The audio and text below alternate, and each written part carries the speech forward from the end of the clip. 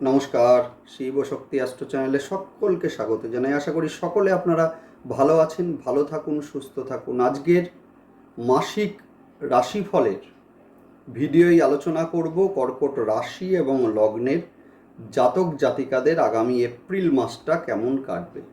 বর্তমানে যে গোচর আছে তাতে করে দেখা যাচ্ছে যে কর্কট রাশি এবং লগ্নের মূলত থার্ড হাউসে বসে আছেন হচ্ছে যে কেতুদেব, সেই সঙ্গে অষ্টম স্থানে অবস্থান করছেন কে?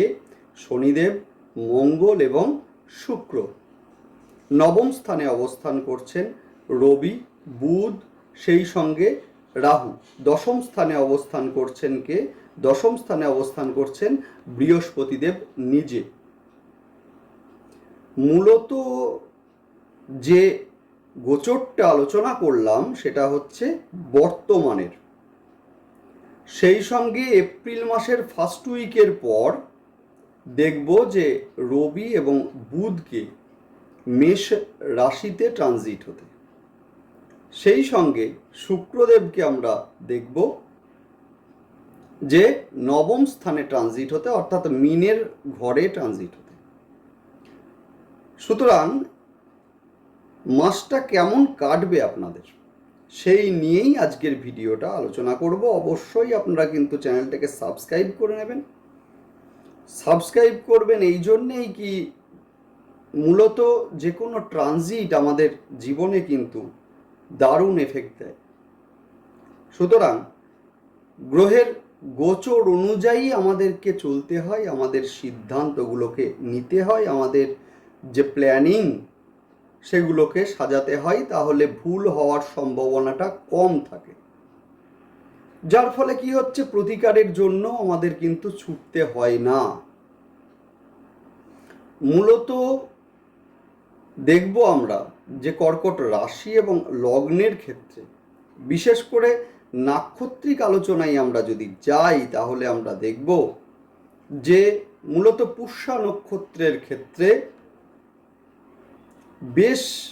বেশ কয়েকটি জায়গাতে আমাদের সাবধানতা অবলম্বন অবশ্যই করতে হবে।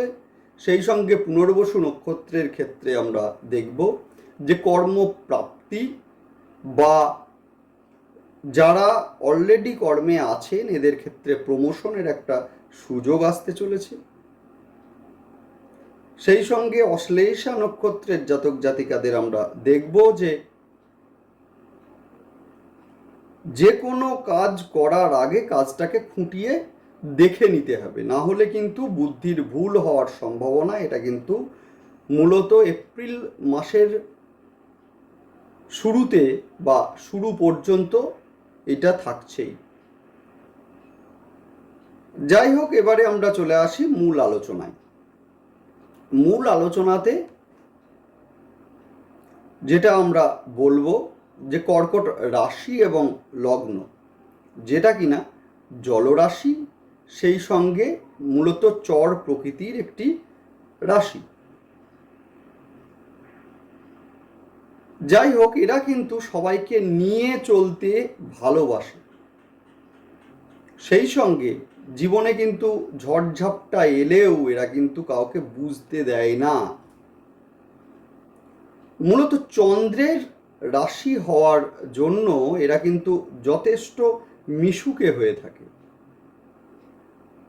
সহজে কাউকে আঘাত করবার যে প্রবণতা, সেটা কিন্তু এদের মধ্যে নাই বললেই চলে। যথেষ্ট সফট এবং হচ্ছে যে কাইন্ড হার্টেড হয়ে থাকে এরা।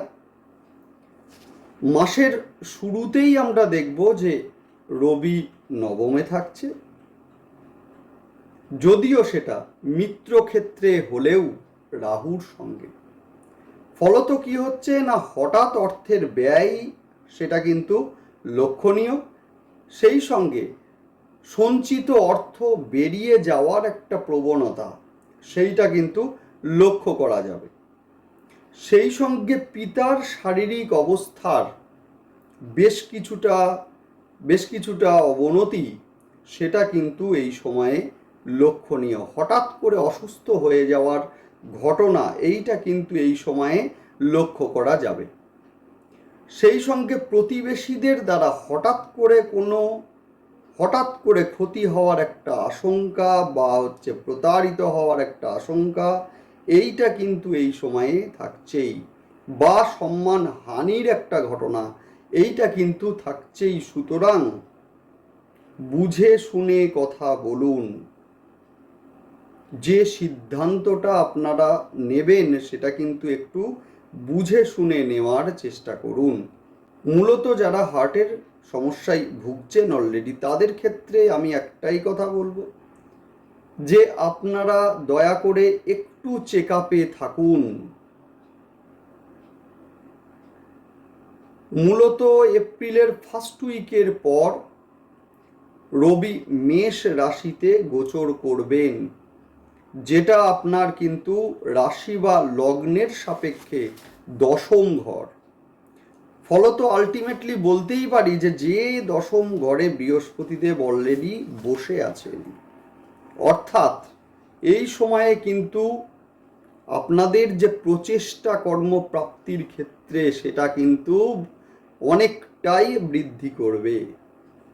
সেই সঙ্গে কি হবে না, নতুন যে কর্মের একটা প্রাপ্তি সেটা কিন্তু এই সময়ে লক্ষ্য করা যাবে। মূলত প্রমোশন আটকে ছিল যাদের, এদের ক্ষেত্রে কিন্তু প্রমোশনের একটা সুযোগ সেটা কিন্তু এই সময়ে অবশ্যই থাকছে। সেই সঙ্গে কর্মক্ষেত্রে সুনাম এইটাও কিন্তু অর্জন আপনাদের হতে চলেছে। সপ্তম স্থানের অধিপতি শনিদেব অষ্টম স্থানে গোচর করছে, যার ফলে কিন্তু স্বামী বা স্ত্রীর সঙ্গে হঠাৎ করে কোনো ভুল বোঝাবুঝি বা অহেতুক অশান্তি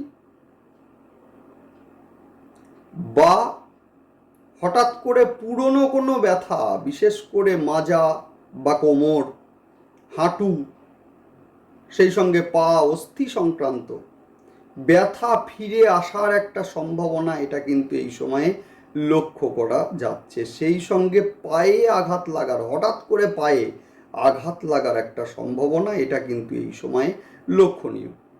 মায়ের ক্ষেত্রে বলবো যে মূলত এই সময়টি মায়ের ক্ষেত্রে কোমর, হাঁটু, পায়ের ব্যথা বাড়বে। যদিও এপ্রিলের প্রথম সপ্তাহের পর সেটা কিন্তু অনেকাংশে কমবে।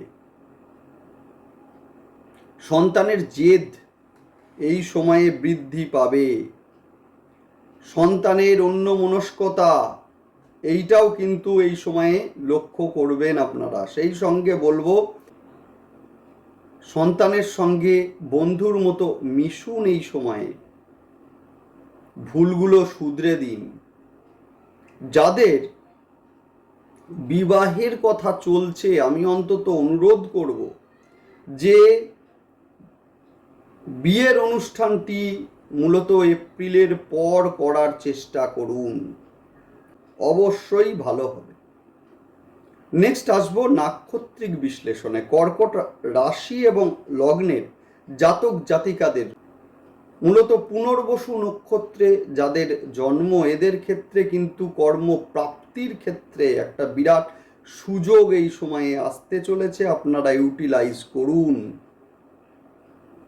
সেই সঙ্গে অবশ্যই আমি বলবো, জোর দিয়ে বলবো যে কর্মের ক্ষেত্রে প্রমোশন যাদের আটকে এতদিন ছিল তাদের কিন্তু প্রমোশন হতে চলেছে এই সময়ে। নেক্সট আলোচনা করব পুষ্যা নক্ষত্র। পুষ্যা নক্ষত্রে যাদের জন্ম, শারীরিক দিকের উপরে আপনারা নজর দিন। হঠাৎ করে পায়ে চোট আঘাত লাগার মতো ঘটনা এই সময়ে ঘটতে পারে। সেই সঙ্গে বলবো বাড়িতে অহেতুক ঝামেলার সৃষ্টি হঠাৎ করে হতে পারে। নেক্সট আলোচনা করব অশ্লেষা নক্ষত্র। অশ্লেষার ক্ষেত্রে আমি বলবো যে কোনো সিদ্ধান্ত নেওয়ার আগে ভাবুন, যে কোনো মানুষকে কথা দেওয়ার আগে ভাবুন। হঠাৎ করে বুদ্ধির ভুল এটা কিন্তু আপনার বড় সমস্যার একটা কারণ হয়ে দাঁড়াতে পারে। সেই কারণে বলবো ভালো করে বুঝে শুনে সিদ্ধান্ত এই সময়ে নেবেন। নেক্সট আসবো প্রতিকারের দিকটাই। অবশ্যই আমি বলবো যে যেহেতু আপনাদের শনিদেবের ধাইয়া চলছে, সেই কারণে আপনারা অবশ্যই আপনারা কিন্তু সোমবার এবং শনিবার করে দুধ দিয়ে রুদ্রাভিষেক আপনারা অবশ্যই করবেন, অবশ্যই আপনারা করুন। সেই সঙ্গে বলবো সোমবারের দিন আপনারা নিরামিষ খাওয়ার চেষ্টা করুন, ভালো থাকবেন। মঙ্গলবার এবং শনিবার করে হনুমান চল্লিশা অবশ্যই আপনারা পাঠ করুন, ভালো থাকবেন। রুদ্রাভিষেকের সময় আপনারা যদি মহাদেবকে কালো তিল অর্পণ করতে পারেন তাহলে সবচেয়ে ভালো হয়। যাই হোক, ভালো থাকুন সবাই, দেখতে থাকুন ভিডিও।